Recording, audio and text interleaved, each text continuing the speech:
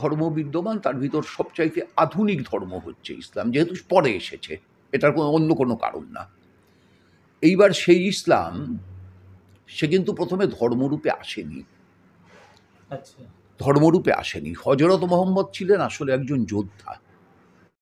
কি বলবেন? আবার একটা সেই কি বেশরম শর্মা বার হয়েছিল না, উত্তরপ্রদেশ থেকে বার হয়েছিল, কি জিন্দাল কি শর্মা, সে বার হয়েছিল না।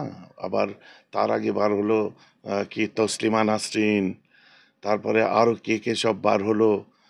ঠিক আছে, যখন কোনো জায়গায় কেউ কোনো ঠাঁই পায় না, না ওই সময় তখন একটাই টার্গেট থাকে, ওয়ার্ল্ড ওয়াইড কোন মানুষটাকে নিয়ে বলা যায় তাহলে সারা বিশ্বব্যাপী একটা আলোড়ন পড়বে। ওই সময় বেছে নেয় আমাদের দয়ার নবী হজরত মোহাম্মদুর রসুল্লাহ সাল্লাহ তালা আলী ওয়াসাল্লামকে। তার বক্তব্যে আমায় অবাক লেগেছে, যে বলছে এটা আধুনিক মানে এই বর্তমান সময় এটা প্রমাণ্য যে তিনি পড়াশোনা জানতেন না, এটা হচ্ছে লেটেস্ট গবেষণা।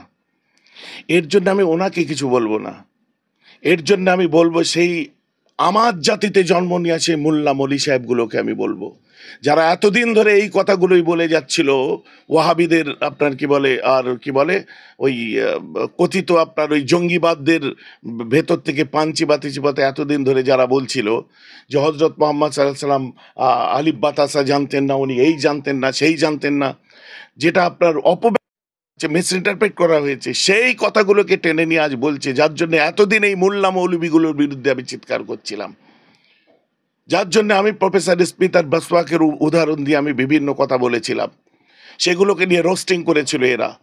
আজকে বুঝুক তারা এর জবাব দিক। তারা আমার রসুলকে গালাগাল খাওয়ালো এই তন্ময়ের মতো মানুষদের কাছে, কখনো গালাগাল খাইয়েছে ওই আপনার নুপুর শর্মাদের কাছে, কখনো গালাগাল খাইয়েছে আপনার ওই জিন্দালদের কাছে, কখনো গালাগাল খাইয়েছে আপনার তসলিমাদের কাছে, এখন গালাগাল খাওয়ালো রিসেন্ট একদম মানে তন্ময় ভট্টাচার্যের কাছে। এর জন্য দায়ী কারা? এই মৌলানা গুলোই তো চিৎকার করে এটা নিয়ে একদম জেহাদ আরম্ভ করলো। আমার কাছে দলিল আছে উনি নিরক্ষর ছিলেন, আমার কাছে দলিল আছে উনি ইলিটারেট ছিলেন।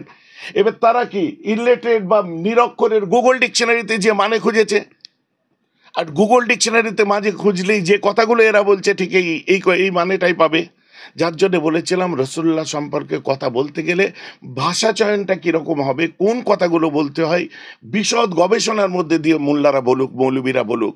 বাচ্চা তাদেরকে ওই ওয়াহাবিদের কিছু কমেন্ট পেয়ে তারা আপনার কি ইয়ে পেয়ে গেছে, পেট্রোল পেয়ে গেছে, কেউ আপনার কমেন্ট করে ফুলিয়ে দিয়েছে, ফুলে গেছে। গালাগালটা খাওয়ালি কেন তুই? তোমরা রাসূলুল্লাহকে নিয়েই বলার সুযোগ তোমরা করে দিয়েছো, আমি দায়ী তন্ময় ভট্টাচার্যকে করবো না। আর সে যেটা জেনে আছে দ্যাট ইজ রং। তলোয়ার এক হাতে নিয়ে এক হাতে হাদিস নিয়ে প্রচার করেছে। তন্ময় ভট্টাচার্য যেটা বলতে পারে, মিস্টার ডেভেনপোর্ট আমেরিকার একজন বিখ্যাত লেখক, তিনি কথা বলেননি। রাখা আছে আমার ওখানে বই, আমি খুলে দেখিয়ে দিচ্ছি। দ্য অ্যাপোলজি ফর মোহাম্মদ, দেখুন সামনে দেখতে পাচ্ছেন, ওর মধ্যে লিখছেন we must recognise that the spread of Islam not won by victory of sword but spread by the magic of his personality and wonderful eloquence. দেখুন আমি কোট অ্যান্ড কোট আপনাকে বলে দিচ্ছি, মোহাম্মদ আপনার কি বলে দ্য অ্যাপোলজি ফর মোহাম্মদের মধ্যে লিখছেন, বলছে Hazrat Mohammad we must recognise that the spread of Islam not won by victory of sword. তলোয়ারের সন্ত্রাস দ্বারা পৃথিবীতে ইসলাম আসেনি। কি বলতে চাচ্ছেন উনি? হাতে তলোয়ার আর হাদিস নিয়ে পড়াশোনা করেছেন? বহিষ্কার হয়ে যাওয়ার পরে কি মাথা ঠিক নেই নাকি? নাকি কোনো জায়গায় আবার ঢুকতে চাচ্ছেন, ঘুরে ঘুরে বিজেপির সঙ্গে লাইন করেছে যে মুসলিমদের গালাগাল দিলে আমি আমার জায়গা পাবো? কি করতে চাচ্ছেন উনি?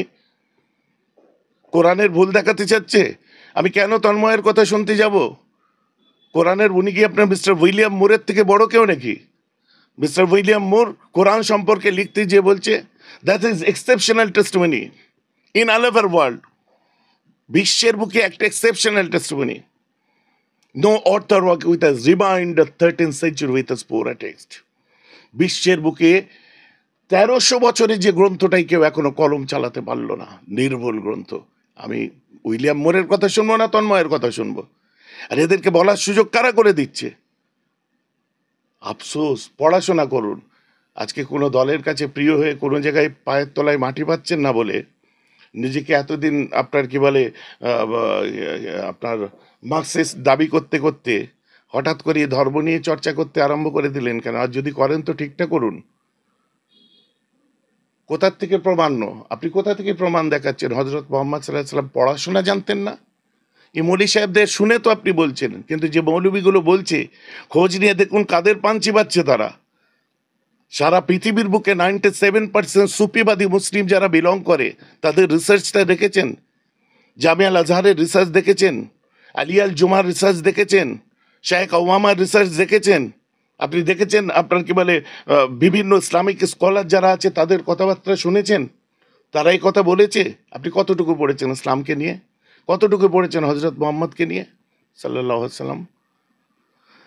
আরে যার মতো পৃথিবীর বুকে আর দ্বিতীয় একটা আপনি দেখাতে পারবেন না যে এত বড় একজন বিদ্বান মানুষ ছিলেন। সর্বধর্মের প্রতি শ্রদ্ধা রেখে বলছি, যেমন মর্যাদা পুরুষোত্তম শ্রীরাম, তিনি যেমন হিন্দু ধর্মের কাছে শাস্ত্র বলছে সম্মানের শীর্ষস্থান তাকে দান করেছে, তেমন হজরত মোহাম্মদ সাল্লাল্লাহু আলাইহি ওয়াসাল্লাম সম্মানের স্থানের অধিকারী তিনি। আমি জন্ম নিয়েছি বাংলায়, যে বাংলায় সারদা মায়ের আতুর ঘর এখান থেকে 8 কিলোমিটার দূর। মা রাজবল্লভী মায়ের মন্দির আমার হুগলিতে।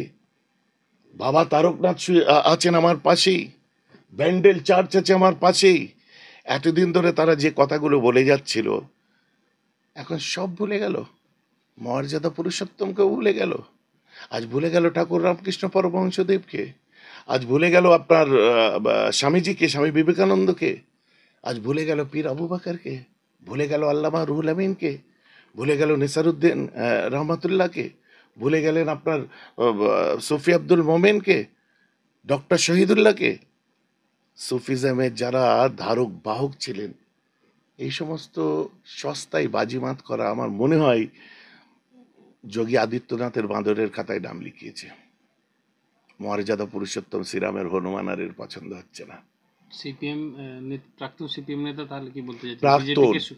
প্রাক্তন তন্ময় ভট্টাচার্য কি বিজেপিকে খুশি করার জন্য বহিষ্কার হওয়ার পরে তাকে ধর্মকর্ম করা দরকার ছিল। মর্যাদা পুরুষোত্তম শ্রীরামের হনুমান, তাকে শ্রদ্ধা করো। যোগী আদিত্যনাথের বাদুরের লেজ ধরে টানতে গেছে, সব বলাচ হয়েছে। আর এই যে কথাগুলো বলছে, এই তথ্যগুলো পেলো কোথার থেকে?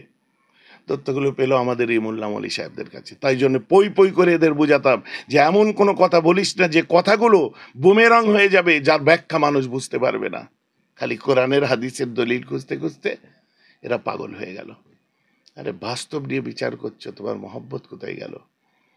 তোমার দলিল কোথায় গেল? কোন কথাগুলো বলতে হয় সঠিক মানে মূল্যায়ন তুমি আমার রাসূলকে করতে পারলে না। আজকে আমার রাসূলকে গালাগাল খাওয়াবার জন্য এই মোল্লা মাওলানাগুলো দায়ী। আর কিছু বলবো না আমি। তবে তন্ময় বাবুদের মতো বাবু তো বলবোই না আমি, আর শ্রদ্ধা করতাম ওনাকে অনেক, যেহেতু ওনার বক্তব্য আমায় খুব ভালো লাগতো।